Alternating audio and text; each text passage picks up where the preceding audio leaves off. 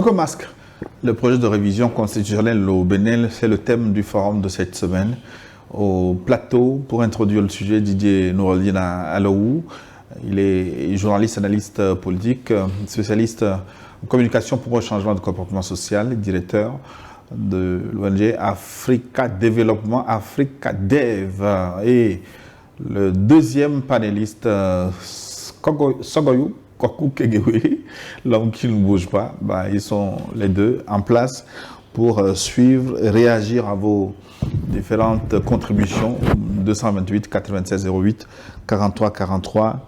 Je salue Komi Florent Kawi qui nous salue et nous encourage pour la messe de tous les dimanches. Bonjour Gilles, bonjour à tes invités, bonne émission à vous. Quand on a le pouvoir, on lutte par tous les moyens afin de le conserver, car Mobutu Sese Seko, Koko Bendou, Azabanga a dit, si tu grimpes un arbre, une branche t'empêche, il faut la couper simplement. Merci Niwa TV pour tout ce que vous faites. C'est Moye et Soham depuis Kara, les Ior est à côté de la prison civile de Kara. Merci beaucoup pour la précision. Il a précisé parce que la dernière fois, tu te rappelles, on s'est tiraillé un peu perdu, puis on s'est retrouvé derrière le palais des congrès. Oui, j'ai failli confondre avec la Mafeng. Alors après, je me suis ressaisi. Tout à fait. On salue tous nos téléspectateurs et téléspectatrices de Kara. Bonjour, papa Sagoyou Kegewe Didier Noureddine Alaou, ainsi que le journaliste Gilles Mawena Boko, mon pays, le Bénin. Ce qui est masqué de ce projet, c'est la dictature de la rupture qui continue. Tout ça, c'est l'ancien président Boni Yayi et Adjavon Sébastien qui sont aujourd'hui la base de tout ce qui nous arrive au Bénin. Boni Yayi, qui est l'homme de pardon, et Adjavon, le plus naïf et fidèle à la rupture. Il est où aujourd'hui, se demande nos téléspectateurs. C'est ça l'homme politique, c'est monsieur Koto Ogou béninois depuis Boaké en Côte d'Ivoire qui nous envoie ce message.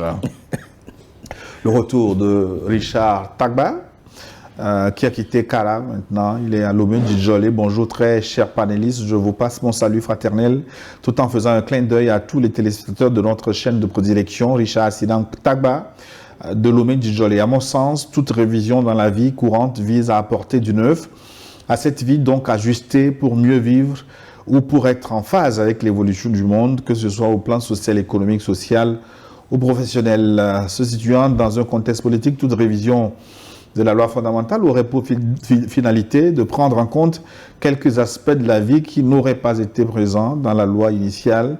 C'est là que la société ayant évolué, il faut prendre en compte certaines aspirations du peuple en vue de lui assurer une vie juste, équitable et paisible.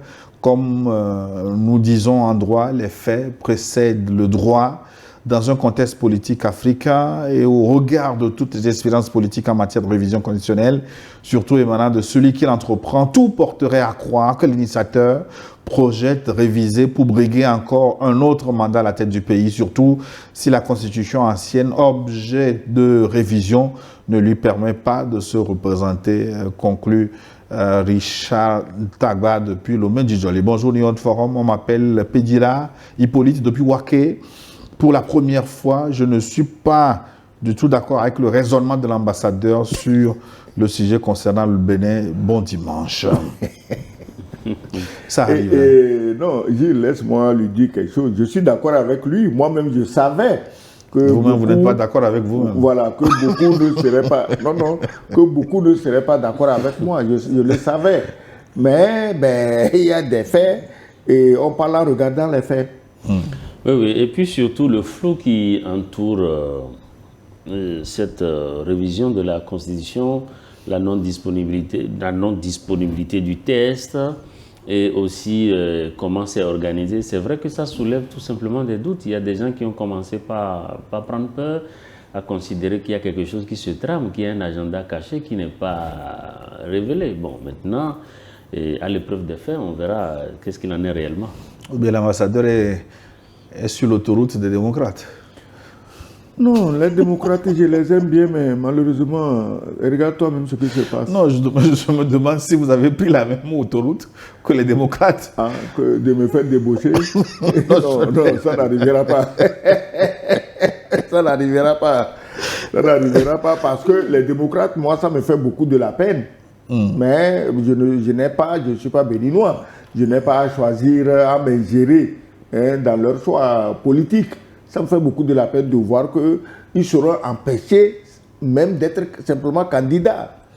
Bonjour Niveau de Forme, bonjour Gilles, bonjour Didier, bonjour Monsieur l'ambassadeur, c'est Cyril depuis Paris. La question des constitutions dans plusieurs anciennes colonies françaises demeure sensible. Beaucoup d'entre elles reprennent dans une large mesure les structures et les principes des modèles hérités de la période coloniale. Cette transposition a parfois limité leur capacité à refléter pleinement les réalités politiques, sociales et culturelles locales. À terme, il paraît inévitable que chaque pays engage une révision approfondie sur l'adaptation, voire la réécriture de sa constitution afin de l'ancrer davantage dans son propre contexte. À défaut, les révisions successives risquent d'être perçues comme des ajustements techniques ou opportunistes plutôt que comme de véritables réformes structurelles.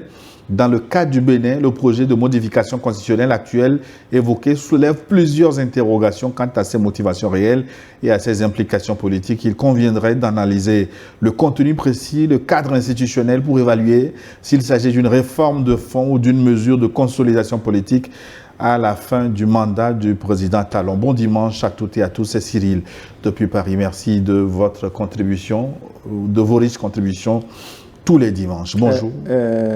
Il fait allusion aux constitutions dans les pays colonies francophones.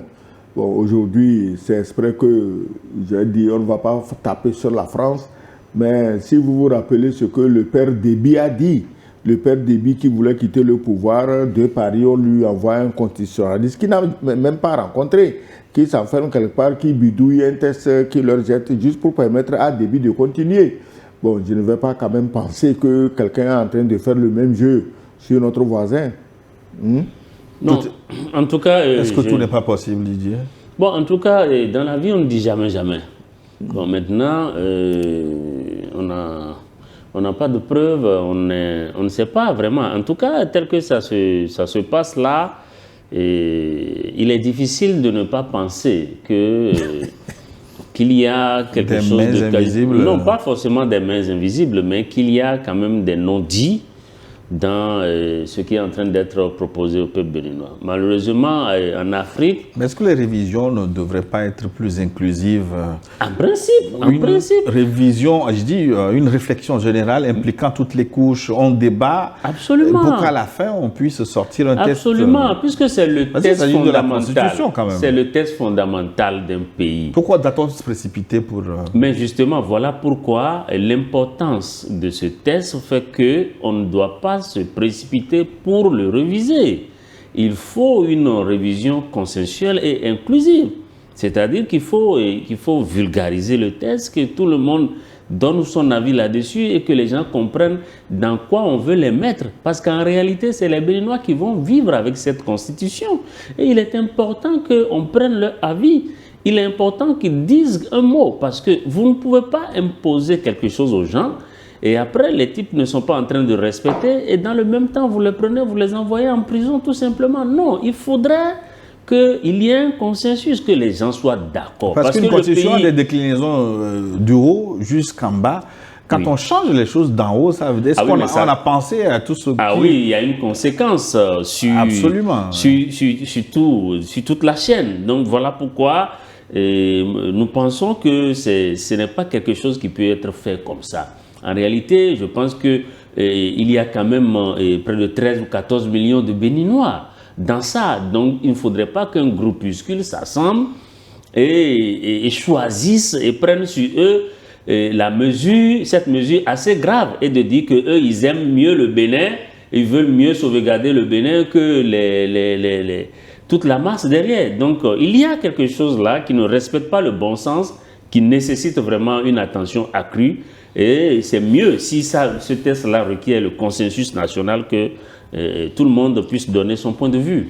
Non, vous savez, quand nous parlons, il ne faut pas qu'on oublie aussi la géopolitique régionale. Vous savez qu'il y a des pays dont nos maîtres ont besoin pour déstabiliser le Sahel.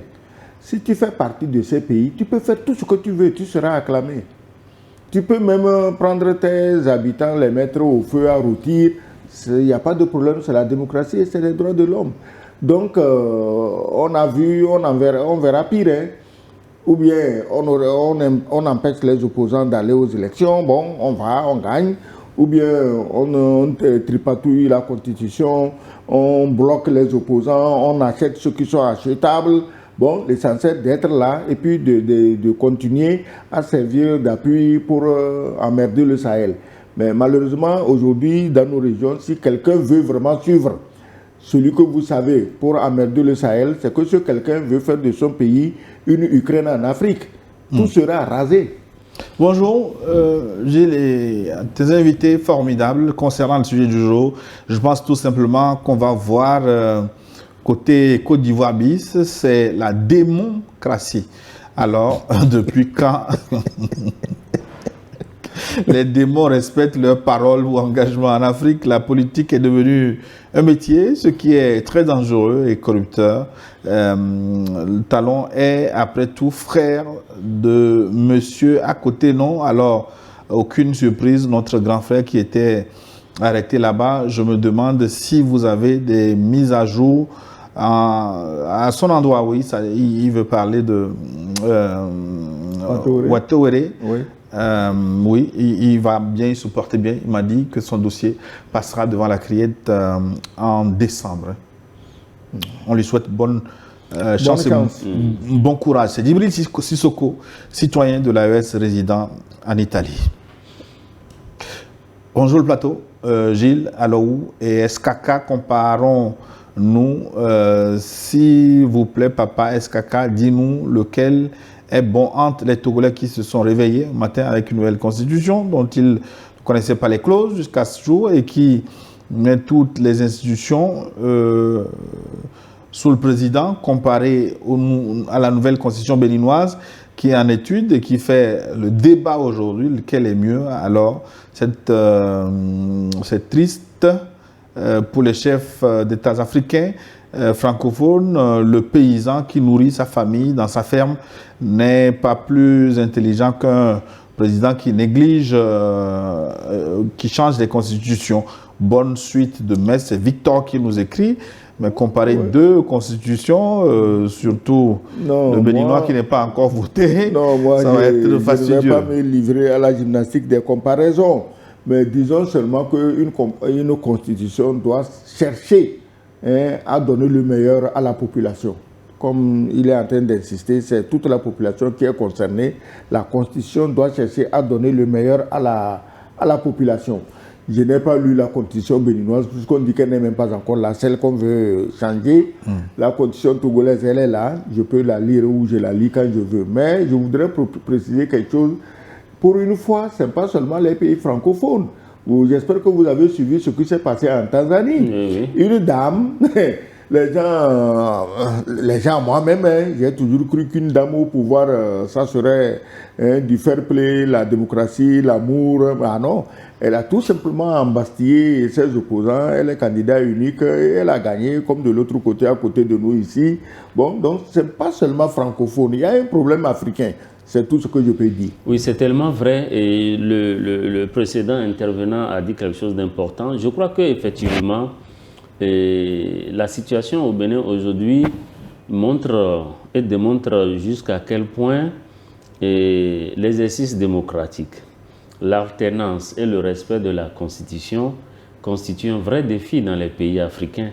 Et puis en particulier dans les pays francophones. Vous avez parlé de la Tanzanie, mais je pense que dans les pays anglophones, ça se passe à peu près un peu mieux que dans les pays francophones. Et c'est compliqué, malgré tout ce que disent les Africains tous les jours. Aujourd'hui, sur les réseaux sociaux, il y en a toujours des chefs d'État qui, malheureusement, continuent à toucher la Constitution, pas pour améliorer le quotidien de leurs concitoyens, mais simplement pour renforcer leur pouvoir et tirer des avantages inavoués et présenter la chose comme si c'était vraiment dans l'intérêt supérieur des populations. C'est vraiment triste et c'est malheureux. Et tout ceci n'offre pas un cadre, ne rassure pas, n'offre pas un cadre macroéconomique rassurant. Et vous commencez une activité aujourd'hui, vous n'êtes même pas sûr pendant que vous avez commencé à prendre de l'ancrage, tout peut arriver, vous perdez tout et puis vous vous déplacez, etc. etc. Donc, je pense que nos pays doivent faire l'effort de garder un cadre sociopolitique stable, accompagné d'un cadre macroéconomique stable. Je crois que ça nous fera du bien en Afrique. Bonjour Nimrod et surtout à papa ambassadeur pour son éducation et son éclaircissement. Permettez-moi de nous dire ceci. Le Sénat au Bénin vise la garantie d'une main visible du président après son départ, car il n'a jamais confiance à quelqu'un.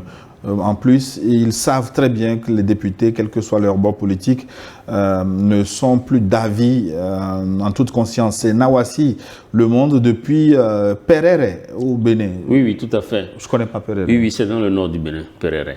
Et effectivement, bon? oui, oui, effectivement, quand ils parlent de la majorité, au sein d'entre eux, même ils ne se comprennent plus, c'est vrai. On a appris qu'il y a une dizaine de députés qui se sont regroupés et qui ont commencé à faire émerger l'idée comme quoi il faudrait attendre que, effectivement, on fasse d'abord les élections législatives en janvier. Mais beaucoup disent que ces gens-là et ces députés veulent surtout voir s'ils vont revenir d'abord à l'Assemblée. En fait, le vote de la Constitution, du projet de révision pour eux, est conditionné par leur retour à l'Assemblée. Tout ça, c'est du mercantilisme et du marchandage politique, et y compris dans le camp de l'opposition que dans le camp de la mouvance. Et ça, vous avez l'habitude de le relever. Et c'est vraiment triste. Mais il y a une chose qu'il faut aussi observer. Hein. Et il y a que, quand vous regardez la manière dont Romuald Ouadani a été désigné par la majorité, les deux partis qui soutiennent le président Talon, vous allez remarquer que sa désignation a été faite par consensus. Il n'y a pas eu d'élection, il n'y a pas eu de concurrence interne. Et avant même sa désignation, vous avez vu le sort qui a été réservé à Olivier Bokor et tous les autres qui ont affiché trop tôt leur ambition de porter les couleurs de la mouvance présidentielle. Donc toute ambition précoce ont été tout simplement étouffées dans l'œuf. Il y a donc ce premier fait qu'il faut noter. Le deuxième, c'est qu'aujourd'hui, les députés, enfin le duo de candidats de démocrates, donc de l'opposition, ne sera pas présent à l'élection présidentielle. Et le second duo qui va concourir, qui va participer à l'élection avec Romuald Ouadani, ce duo est issu d'un parti qui a un accord de gouvernance avec la majorité. Donc en réalité, c'est un match amical, c'est une formalité. Non. Mais tout ça ne suffit pas apparemment pour rassurer le président Talon. Parce que quand tu as désigné, quand ton dauphin est choisi, et qu'en face, il n'y a plus rien, comme le disent les Ivoiriens, ça devrait contribuer à rassurer le président sortant. Vous ne m'avez pas convaincu parce que lui-même, le président Talon, avait dit que c'était dangereux de toucher à la Constitution. Parce que toucher à la Constitution, c'est réveiller tous les démons. J'ai même retrouvé la vidéo sur les réseaux sociaux.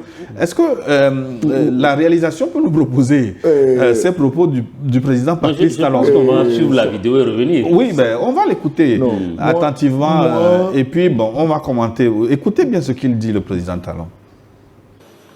D'ailleurs, moi, je ne veux aucune révision de la Constitution.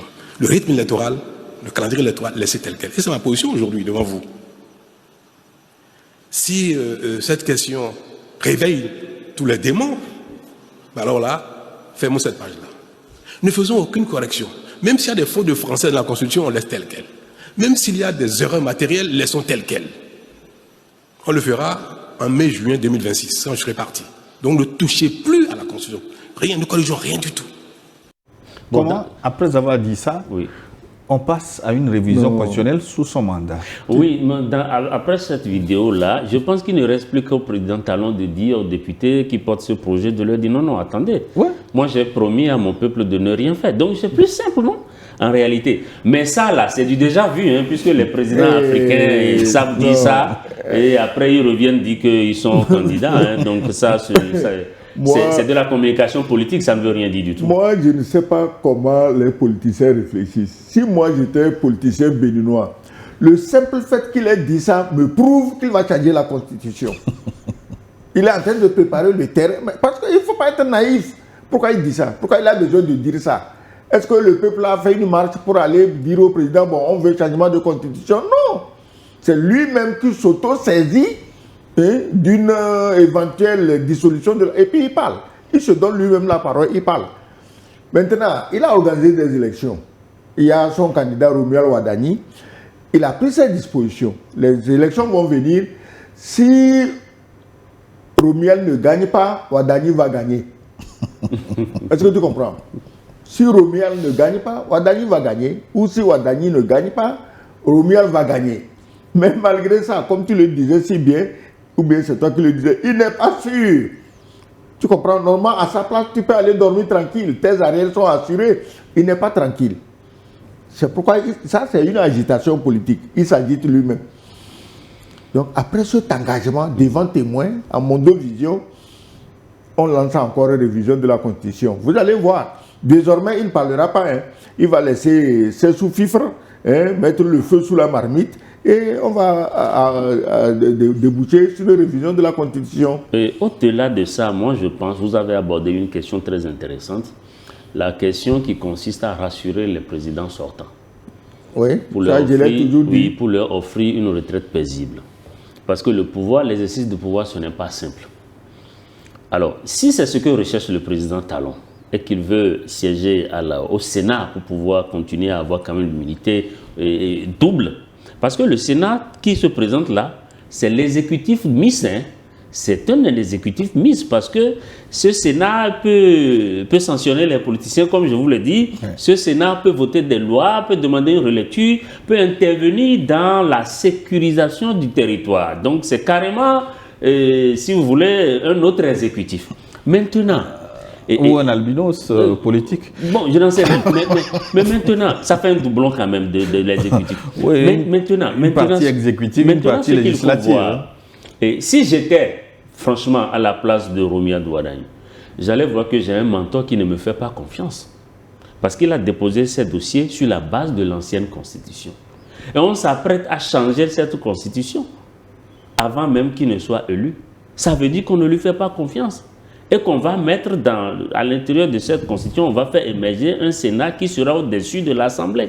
C'est une nouvelle donne, ce n'est pas dans cet environnement juridique. D'ailleurs, vous soulevez une autre question, est-ce qu'on peut modifier la constitution alors que les gens sont en train de déposer leur candidature? Je dis que dans ce cas, Romuald Wadani, c'est un chanceux, parce que Talon ne veut pas lui réserver le sort de Gon Coulibaly. Donc, ça va.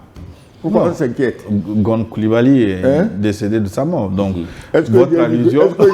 Est-ce que j'ai dit que quelqu'un l'a tué? C'est toi qui crée des problèmes. Hein? Non, vous dites que... Moi, je n'ai pas dit que non, c'est triste parce que là, on parle d'un mort. Oui, on aurait pu ne pas en rire, mais bon. Donc, en tout cas, moi, j'ai parlé. Donc, Talon, il aime bien Romuald Wadani. Quels que soient les cas, il le préservera et ils vont voir comment ils vont gérer la meilleure manière pour un président de la République, pour un chef d'État, d'assurer une retraite paisible, c'est de faire des choses bien pendant qu'il est en exercice. C'est tout. C'est-à-dire de faire des choses, de respecter la Constitution, de la faire respecter, de mettre en œuvre des bonnes pratiques au sommet de l'État et de ne pas entretenir la corruption, de ne pas entretenir les mauvaises pratiques. Tout le monde a reconnu quand même. En matière d'action de développement, en matière de développement du Bénin, Talon, c'est chapeau, il n'y a rien à reprocher, on est tous unanimes là-dessus.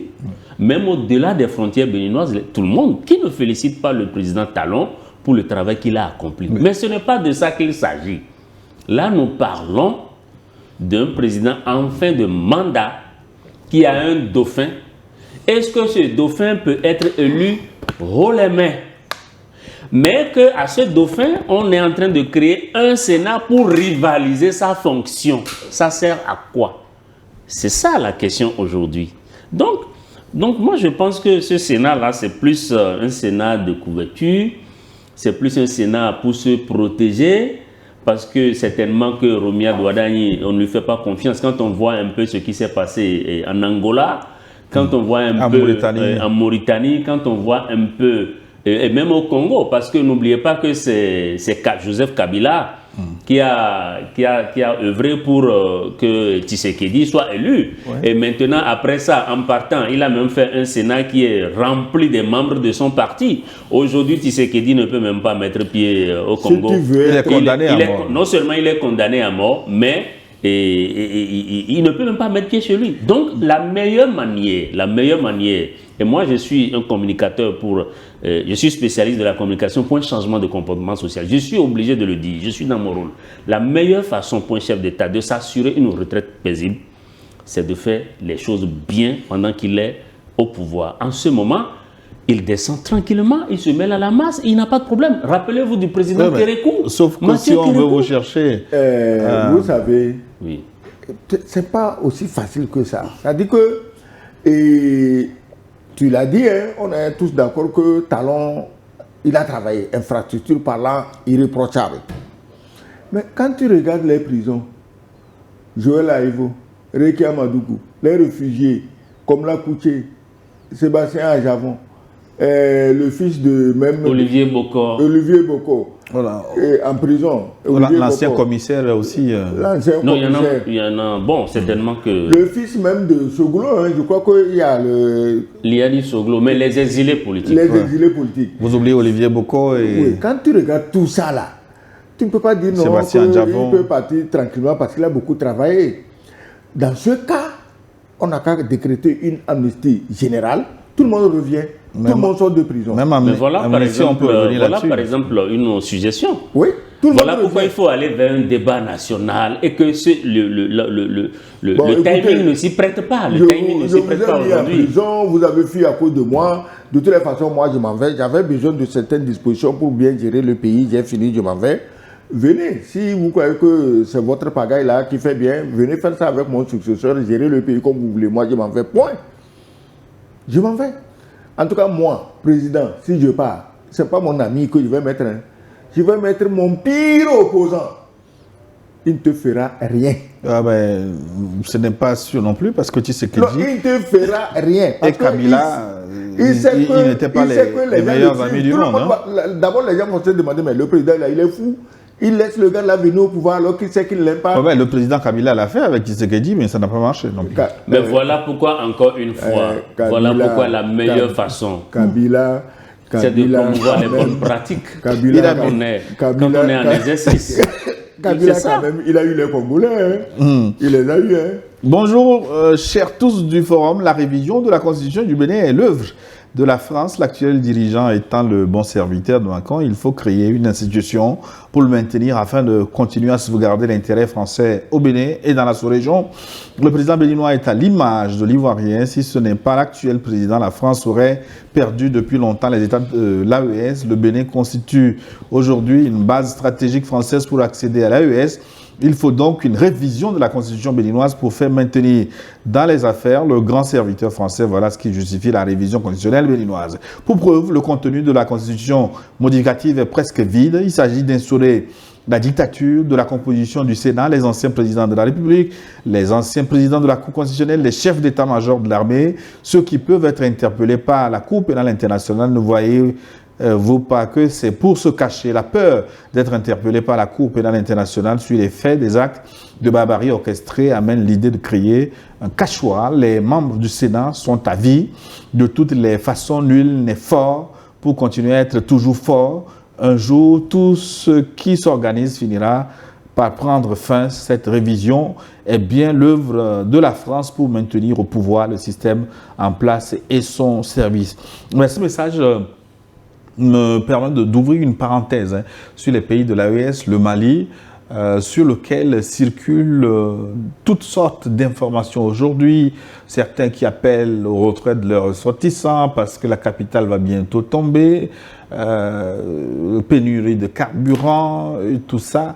Comment voyez-vous l'avenir du Mali, de l'AES? Est-ce qu'il y a un réel danger?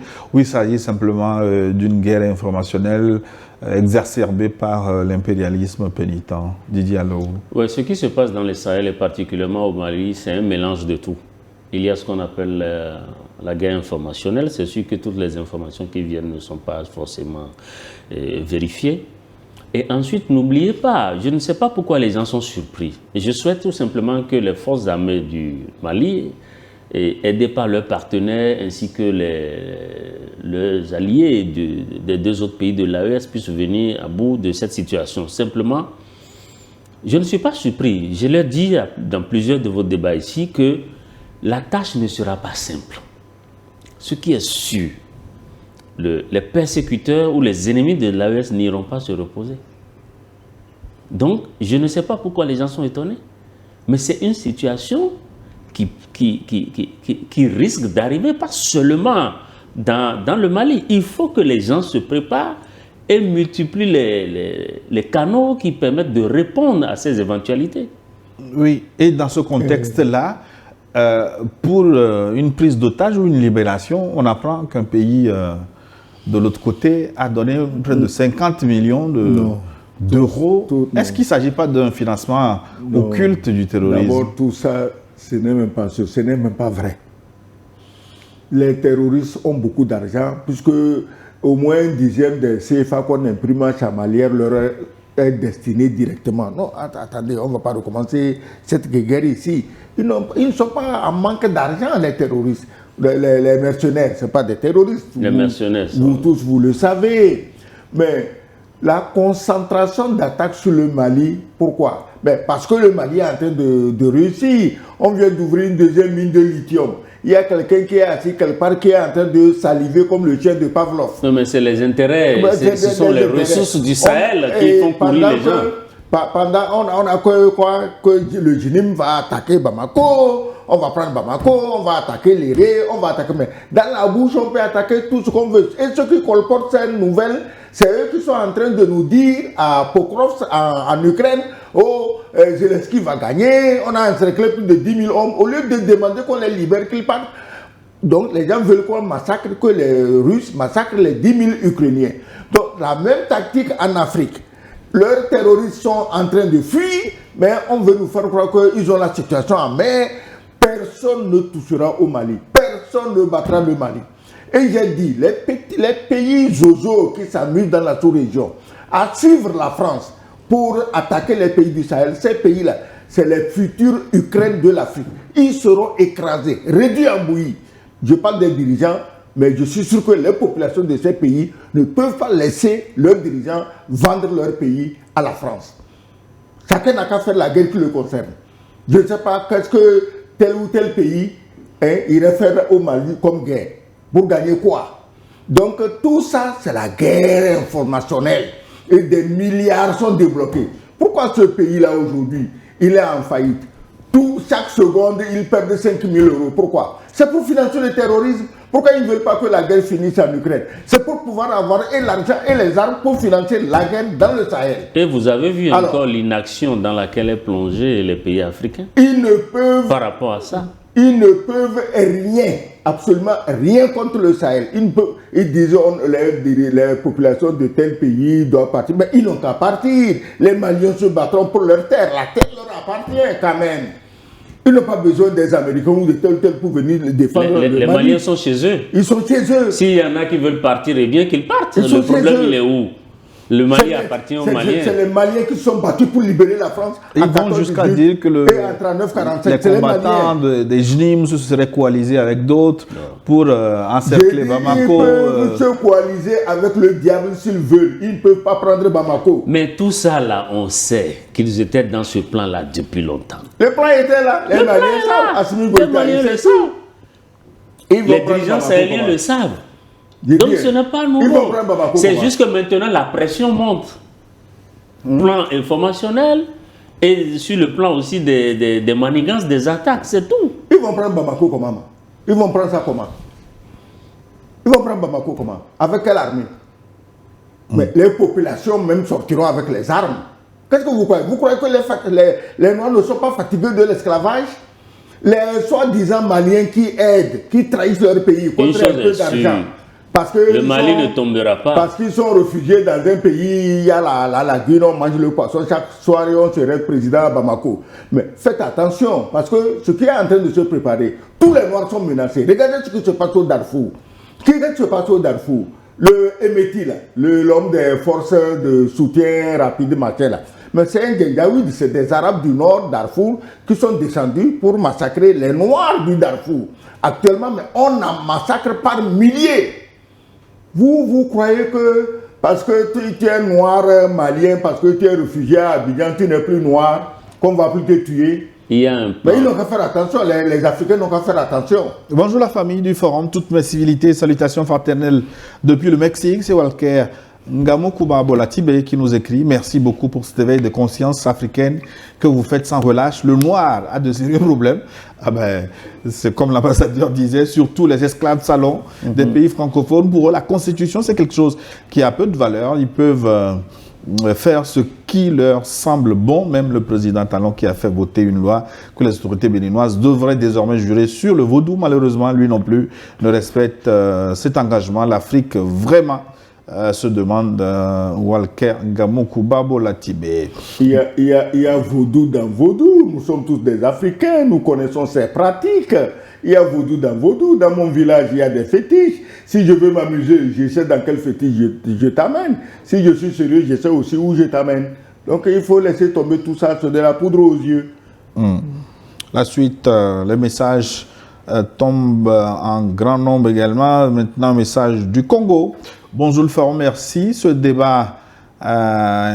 ce débat, ainsi va le Bénin. Merci encore pour les deux co-débatteurs.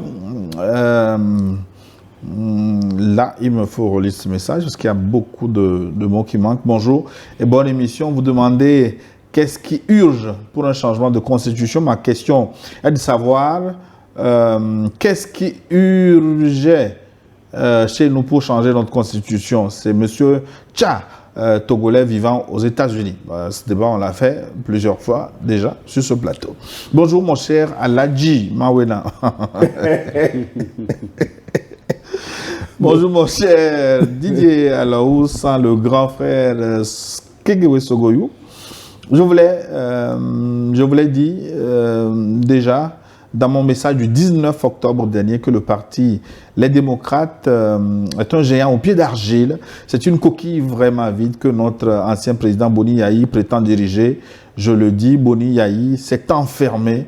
Dommage pour eux, écrit notre téléspectateur. Salut mes très chers compatriotes, juste pour vous dire que l'ex-président Yahi Boni a été, je censure le mot parce qu'il est un peu fort, et il n'a rien appris du premier mandat de Talon. Talon a acheté un de ses députés, on lui a arraché son parti UFZB, ça n'a rien servi à Yahi Boni. Pour cette fois-ci, le même Talon lui a volé encore un député. Yahi Boni dort trop. Yahi doit désigner son candidat depuis bien avant Talon. Oui, c'est ce que j'ai dit ici la dernière fois. Il dort alors que le type est avec sa Ferrari sur la route. Non. Il est proche de l'objectif. Par rapport à la désignation du duo de candidature des démocrates, c'était toujours que, dans la logique de prendre des dispositions. Parce que les démocrates disaient, en tout cas je crois avoir entendu ça dans l'une de leurs conférences de presse, ils disaient qu'en 2000, la précédente élection présidentielle, que le quitus fiscal avait été instrumentalisé, c'est-à-dire qu'ils avaient désigné des candidats, notamment pour l'élection législative, et que ces candidats-là, après, pourtant c'est des candidats influents qui pouvaient gagner l'élection dans leur circonscription électorale. Alors, donc, ils n'avaient pas pu obtenir des quitus fiscaux. Donc, par rapport à ça, il vaut mieux attendre de détenir d'abord tous les quitus fiscaux avant de passer à une quelconque désignation. Malheureusement, on voit que ça aussi, ça n'a pas suffi. Et puis aussi, on a entendu ce qu'a dit leur candidat, Renaud Agbodjo, qui disait qu'il a été victime d'un dysfonctionnement de leur parti. Donc, à partir de ce moment, je crois que nous, on se limite à ça. Parce que si le candidat lui-même dit qu'il s'agit plus d'un dysfonctionnement et d'une rivalité interne. Sa capitulation rapide là est un peu plus suspecte. Bien que ça soit inquiétant, mais on se limite à cette déclaration. Le seul dysfonctionnement du parti, les démocrates, c'est ce candidat inconnu-là, qui dépose les armes avant même d'avoir tiré un coup de feu. Voilà, c'est lui le vrai dysfonctionnement. Je l'ai déjà dit ici. On ne peut pas attendre le jour des élections pour sortir du chapeau un inconnu. Parce que si le gars là était, je ne suis pas béninois, mais au moins j'aurais entendu son nom au moins une fois. Combien de béninois le connaissent? Donc on dirait que tout avait été préparé exprès pour qu'à la dernière minute, ce soit la débandade parmi les démocrates. Maglibé Machatom est là. C'est ça qui est arrivé. Depuis Sanda à Faou, désormais, ah ben, il circule beaucoup, hein, le cher Maglibé Machatom. Non, Sanda, tu es sur la route de Bassar. Quand tu quittes Bassar, tu viens à Kabou. Si tu veux aller à Kara, tu vas à Sanda et puis tu continues sur Kara. Salut Gilles, salut le plateau. C'est vraiment dommage que le Bénin, qui a déjà bu au marigot de la démocratie, est versé dans la camerounisation de ses institutions. Allons-nous attendre l'arrivée de l'albinos noir dans la nation de Mathieu Kérékou? Gilles, je suis fier de moi. Après 32 ans de loyaux services à ma nation, dans le journalisme et l'éducation, je suis admis à la retraite à 32 ans seulement. Hein? Enfin, plus de 32 ans de loyaux services. Donc, ça veut dire... tes félicitations me réjouiront en ce dimanche. Bonne émission. Oh là là, Maglibé Machatom. Oui, bah, qui prend sa retraite. Mais une mine d'or. Hein. Mais nous le félicitons, pour le service rendu à la nation. Une belle plume. Nous, on est parti à la retraite il y a tellement longtemps qu'on a oublié l'année. L'année de départ à la retraite. Comment ça vous fait dites, tellement vieux. l'Afrique doit chercher un moyen pour revaloriser les retraités qui sont quand même des personnes ressources expérimentées.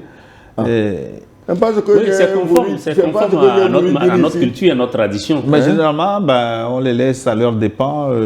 Beaucoup meurent vous l'avez dit que l'État n'est pas les affaires sociales, non? Par ennui. Non, encore une fois. On peut vous trouver du travail. Pour venir en aide aux retraités, on n'a pas besoin de faire un Sénat pour moi, ça. je ne parle pas d'aide. Moi, je parle de une arme comme une autre. De trouver des moyens pour continuer de bénéficier de leur, comment on dit, leurs compétences. Oui, bien sûr. Bien sûr que les retraités sont des personnes avisées, c'est des personnes aux ressources qu'il faut écouter en cas en toutes circonstances. En tout cas, Excellence, par exemple, on peut lui trouver un bureau quelque part ici pour nous relire les papiers. Mais je crois que Excellence, il faut que Excellence participe déjà. Nos papiers, corriger les Ah non, attends, ça, le travail là, moi, je l'ai déjà fait à Edith Togo, relire Togo Presse, corriger. Il n'y a rien de plus facile. Non, et même maintenant, il participe. Ce qu'il fait, c'est déjà une participation. Tout à fait. Oui. Lui, les papiers à Edith Togo. Hein. On n'a pas besoin de faire un Sénat pour qu'il continue à apporter sa contribution. En tout cas, félicitations, Maglibé Machatom. Ben, ce sera un plaisir de vous revoir un jour et discuter. À Sanda? Oui, Sanda. Mais si une fois il vient à Lomé, mais qu'il passe nous voir un dimanche. Ce qui se passe au Bénin est le résultat de la situation entre Yahi et Talon. C'est grâce à Talon que Yahi est venu au pouvoir et pendant son règne, il a fini par ne plus s'entendre alors que c'est cette mésentente qui a amené Talon au pouvoir. Si aujourd'hui Talon veut assurer ses arrières en allant au Sénat, c'est parce qu'il ne veut pas faire confiance à son dauphin. Car il peut aussi changer à tout moment, le pouvoir change, sinon lui Talon ne qualifierait pas à Javon de troisième aux élections de 2016 qu'il a aidé au deuxième tour à gagner de partir. Bon, on a compris en gros, hein, le Bénin mérite ce qui lui arrive, car un pays ne mérite que son dirigeant. Moi, en tant que Béninois, je suis déjà habitué et tout ce qu'il fera ne m'étonnera guère. Merci à nos fidèles téléspectateurs qui nous ont écrit. On va conclure cette émission. Qu'est-ce qui se cache derrière la Constitution, le projet de nouvelle Constitution au Bénin? Finalement, on va se séparer comme l'albinos noir. Hein. On n'a pas... Oui, c'est vrai que dans l'équation, il y a des inconnus, c'est clair. Parce que si c'est vraiment pour permettre au Bénin d'être davantage dans ce qu'on appelle la paix sociale, je crois qu'une loi organique suffirait pour mettre en place ce Sénat. On n'a pas besoin de toucher à la Constitution et de faire émerger un Sénat. Et puis, observons quand même qu'une loi organique, ça peut disparaître rapidement. Hein. Maintenant, mais quand on touche à la Constitution, ça veut dire que pour la retoucher après du moins, il faut les deux chambres réunies, l'Assemblée nationale et le Sénat. Et il faut aussi obtenir une certaine majorité pour pouvoir le faire. Donc, créer le Sénat en touchant la Constitution, évidemment, c'est plus solide, c'est plus rassurant. Et je crois que ceux qui ont eu l'idée de ce Sénat-là, je pense qu'ils cherchent à se préserver de quelque chose, à se rassurer. Mais de quoi exactement, je ne saurais le dire. Peut-être que ce n'est que la partie visible de l'iceberg et que les mois, les années à venir nous permettront de savoir qu'est-ce que les gens cherchent à cacher. Bonsoir le plateau, je voulais assister à ce débat. Il nous faut au moins 2 heures pour les discussions, ce qui ferait 3 heures d'émission. Dans ce cas-là, il faudra venir avec une bonne pâte, un peu de tchouk pour nous permettre de tenir. Je redis ce que j'ai dit, c'est pas parce que c'est au Bénin et c'est pas parce que c'est talon qu'on va spéculer sur le bien fondé du Sénat, parce que les Sénats, il y en a partout. Maintenant, l'idée est en l'air, on va voir qu'est-ce qu'on va mettre dans ce nouveau Sénat. Et quand le Sénat sera fait, on va voir quel rôle Talon veut jouer. Et si d'aventure nous sommes encore vivants, on reviendra aussi en parler. On ne va pas jeter les courriers, on n'est pas des charlatans, nous sommes des analystes. On analyse avec des faits. Voilà. Merci. Bonsoir Niwod. On m'appelle à Déchiant. J'ai méconnu complètement l'ambassadeur aujourd'hui. Il est dans une démarche qui n'est pas claire. Vous pensez que le fait que le duo de LD soit écarté, soit fait de hasard, un député LD disparaît dans le même temps. Toutes ces maisons sont protégées par les militaires, nous écrit notre téléspectateur à Déchiant de Cotonou au Bénin. Qui est protégé par les militaires? Il dit le député démissionnaire. Non, il parle de... Oui, mais bien sûr, parce que le député lui-même sait que ce qu'il a fait n'est pas bon. Ah ben, merci à Gildas, Yamajako et Uche pour la réalisation de cette émission. Sur les réseaux sociaux, toujours, il ne bouge pas non plus, Didier Samon. Merci Didier et Hervé Tatagan pour l'infographie et toutes les vidéos préparées, de même que la diffusion. Nous disons merci également à nos fidèles téléspectateurs qui ont animé encore une phase forme aujourd'hui. Bonne retraite à Maglibé, Machatom. On aura du plaisir à vous retrouver la semaine prochaine pour un autre format. À très bientôt.